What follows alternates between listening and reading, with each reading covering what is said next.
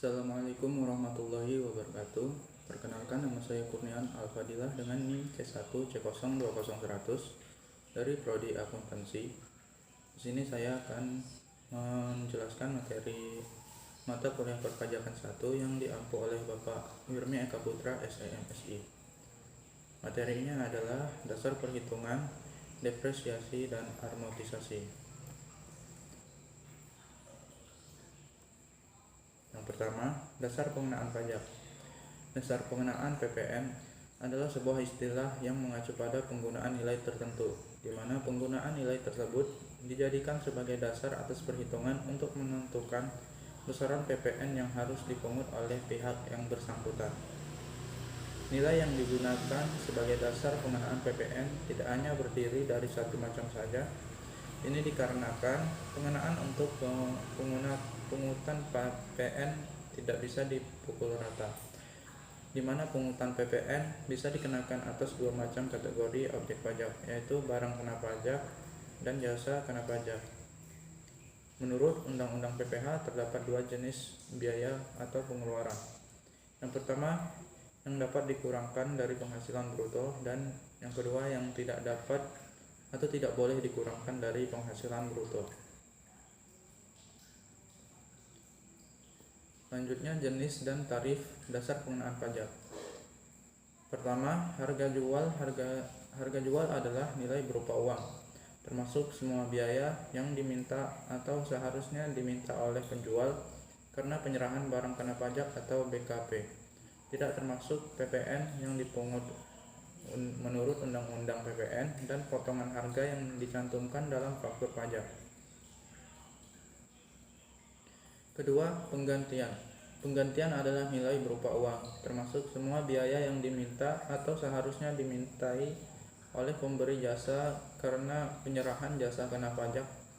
Tidak termasuk PPN yang dipungut menurut Undang-Undang PPN dan potongan harga yang dicantumkan dalam faktur pajak. Biaya tersebut antara lain biaya pengangkutan, biaya asuransi, biaya bantuan teknik, biaya pemeliharaan, biaya pengiriman, dan biaya garansi. Ketiga, nilai impor.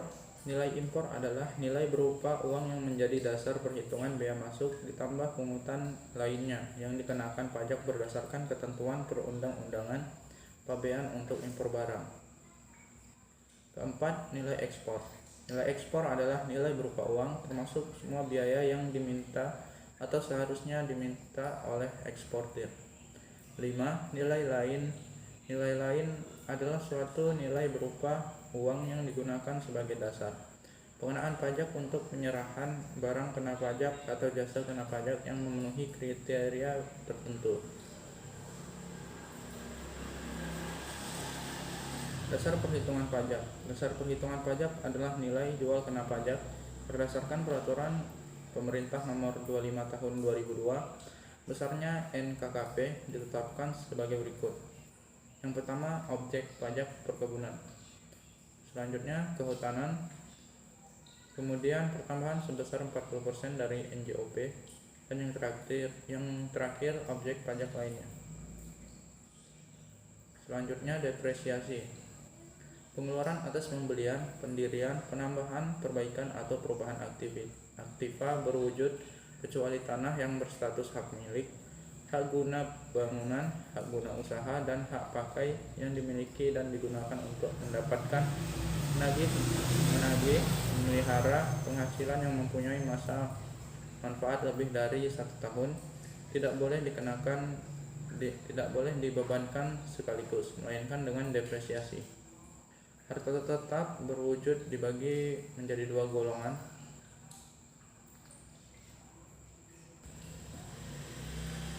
Yang pertama, harta tetap berwujud yang bukan bangunan terdiri dari 4 kelompok.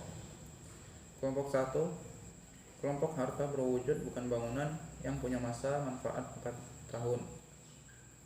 Kelompok 2, yang punya masa manfaat 8 tahun. Kelompok 3, mempunyai masa manfaat 16 tahun. Kelompok 4, mempunyai masa manfaat 20 tahun. Yang kedua, harta tetap berwujud yang berupa bangunan terdiri dari kedua kelompok. Yang pertama, permanen, masa manfaat 20 tahun, dan yang kedua, tidak permanen, masa manfaat tidak lebih dari 10 tahun.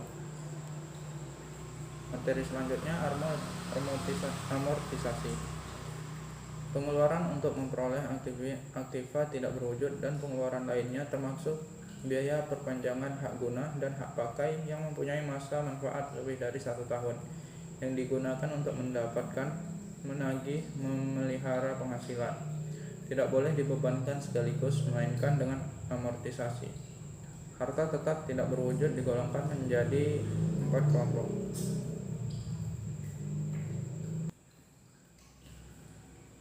Kelompok 1, kelompok harta tidak berwujud bukan bangunan yang punya masa manfaat 4 tahun.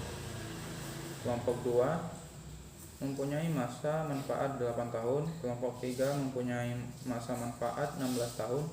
Dan kelompok 4 mempunyai masa manfaat 20 tahun. Selanjutnya PTKP atau penghasilan tidak kena pajak. Sesuai namanya, penghasilan tidak kena pajak digunakan sebagai dasar untuk menghitung pajak penghasilan atau PPh orang wajib pajak. Menurut pasal 7 Undang-Undang Pajak Penghasilan nomor 36 tahun 2008 yang sudah tercantum pada peraturan Menteri Keuangan, PTKP mencakup jumlah pemasukan wajib pajak yang tidak dikenakan PPh pasal 21. Apabila penghasilan wajib pajak tidak lebih dari PTKP, maka ia tidak akan dikenakan pajak penghasilan pasal 21. Namun jika penghasilan wajib pajak melebihi PTKP, maka ia wajib membayar pajak penghasilan pasal 21 dengan hitungan penghasilan neto setahun yang sudah dikurangi PTKP. Biaya-biaya yang dapat dikurangkan dengan penghasilan bruto. Pertama, biaya untuk mendapatkan, menagih dan memelihara penghasilan, termasuk biaya pembelian bahan, upah, gaji, honor, dan sebagainya, kecuali pajak penghasilan. Kedua, penyusutan atau amortisasi yang mempunyai masa manfaat lebih dari 1 tahun. Ketiga, iuran kepada dana pensiun yang pendirinya disahkan Menko, Menteri Keuangan. Keempat, kerugian karena penjualan atau pengalihan harta dalam perusahaan untuk mendapatkan, menagih dan memelihara penghasilan. 5. Kerugian dari selisih kurs. 6. Biaya penelitian yang mengembangkan perusahaan yang dilakukan di Indonesia. 7. Biaya beasiswa, magang dan penelitian. 8. PTKP untuk wajib pajak dalam negeri. 9. Piutang yang nyata tidak dapat tertagih. 10. Premi asuransi yang dibayar pemberi kerja. 11. Penggantian atau imbalan atas pekerjaan atau jasa yang dilakukan dalam bentuk natura berupa penyediaan makan dan minum sebagai seluruh pegawai. 12. Kompensasi kerugian fiskal tahun sebelumnya maksimum 5 tahun. Biaya-biaya yang tidak boleh dikurangkan dari penghasilan bruto menurut Undang-Undang PPh adalah: 1. Pembagian laba dalam bentuk apapun. 2. Biaya untuk kepentingan pemegang saham, sekutu dan anggota. 3. Pembentukan atau memupukkan dana cadangan kecuali yang ditetapkan Menteri Keuangan. 4. Premi asuransi kecuali yang dibayar pemberi kerja tersebut. 5. Penggantian atau imbalan yang bersifat natura dan kenikmatan kecuali penyediaan makan dan minum atau yang ditetapkan oleh keputusan Menteri Keuangan. 6. Jumlah yang melebihi kewajaran dibayarkan kepada pemegang saham. 7. Harta yang dihibahkan, bantuan atau sumbangan kecuali zakat atas penghasilan dari wajib pribadi atau badan dalam negeri melalui Basnas yang diserahkan oleh pemerintah. Sekian pembahasan materi kali ini, semoga dapat bermanfaat. Saya akhiri. Wassalamualaikum warahmatullahi wabarakatuh.